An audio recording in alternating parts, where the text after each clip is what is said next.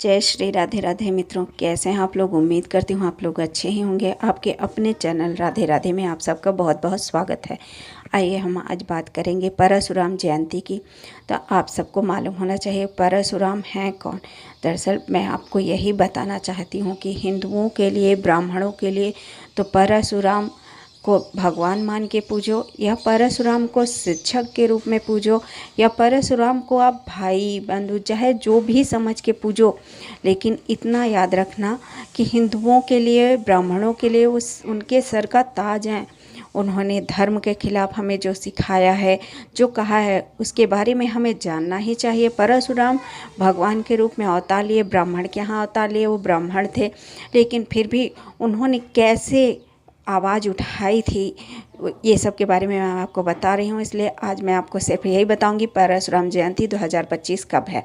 भगवान परशुराम भगवान विष्णु के छठे अवतार माने जाते हैं। उनका जन्म महर्षि जमदग्नि और माता रेणुका के पुत्र के रूप में हुआ था। परशुराम का अर्थ है कुल्हाड़ी धारण करने वाले राम। उन्होंने अधर्म का नाश करने के लिए 21 बार क्षत्रियों का संहार किया। परशुराम को अमर माना जाता है और यह विश्वास है कि वे कलयुग के अंत में भगवान कल्कि को युद्ध की शिक्षा देंगे। और भगवान परशुराम को शक्ति, न्याय और धर्म के प्रतीक के रूप में पूजा जाता है। उन्हें भगवान शिव के विशेष अस्त्र फरसा प्राप्त हुआ था, जिसके कारण उनका नाम परशुराम पड़ा था। परशुराम जयंती के दिन भक्त उपवास रखते हैं, भगवान परशुराम की पूजा अर्चना करते हैं और उनकी कथाओं का पाठ करते हैं। कई स्थानों पर शोभा यात्रा भी निकाली जाती है। यह दिन नए कार्यों की शुरुआत और दान पुण्य के लिए भी बहुत ही शुभ माना जाता है। अभी हम आपको बताएंगे परशुराम जयंती पर क्या करना चाहिए। परशुराम जयंती कितने बजे से और कितने समय से लगता है। पंचांग के अनुसार वैशाख शुक्ल तृतीया तिथि 29 अप्रैल 2025 को शाम 5:31 पर शुरू होगी और 30 अप्रैल 2025 को दोपहर 2:12 पर समाप्त होगी। चूँकि भगवान परशुराम का जन्म प्रदोष काल में हुआ था, इसलिए उनकी जयंती 29 अप्रैल को मनाई जाएगी। परशुराम जी की पूजा विधि भी मैं आपको बता रही हूँ। पूजा विधि भी देखिए, परशुराम की पूजा भी हमको करना ही चाहिए। और हम ये सभी हिंदुओं को, सभी ब्राह्मणों से निवेदन करते हैं कि आप कृपा करके परशुराम जी का पूजन जरूर कीजिए।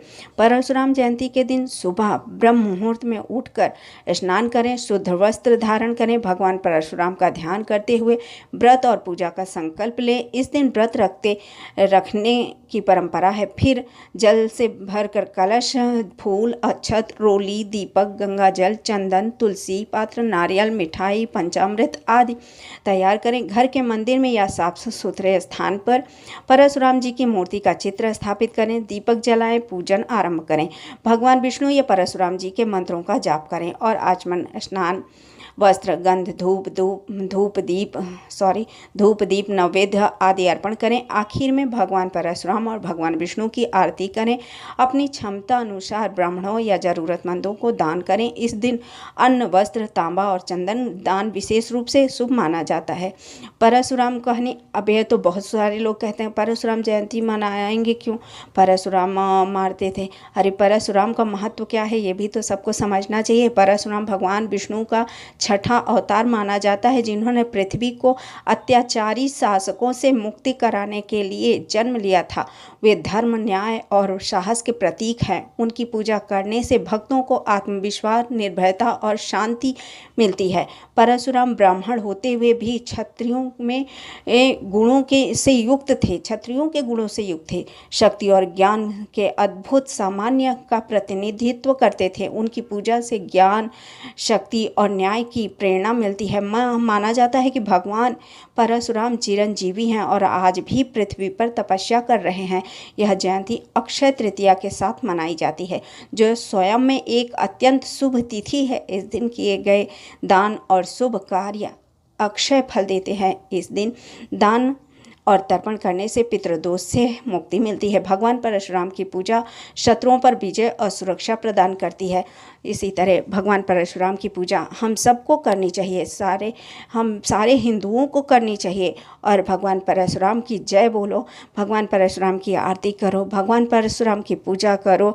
और हमारे हिंदुओं के लिए, हमारे ब्राह्मणों के लिए वो एक प्रेरणा है परशुराम न्याय के देवता हैं, वो हम उन्हें बहुत सम्मान करते हैं। और ये कहते हैं कि लोग कहते हैं कि ब्राह्मणों का पुस्तक ही नहीं है। नहीं, परशुराम आप यहीं पे देखिए, ब्राह्मण जहाँ न्याय होना चाहिए वह ब्राह्मण ही तो थे परशुराम, पुस्तक नहीं कुल्हाड़ी उठाए थे, इसलिए न्याय के लिए जहाँ ज़रूरत पड़ जाए ब्राह्मणों को पुस्तक नहीं, मंत्रों नहीं, अगर शस्त्र उठाने की ज़रूरत पड़े तो वो भी उठाना चाहिए, वो भी करना चाहिए।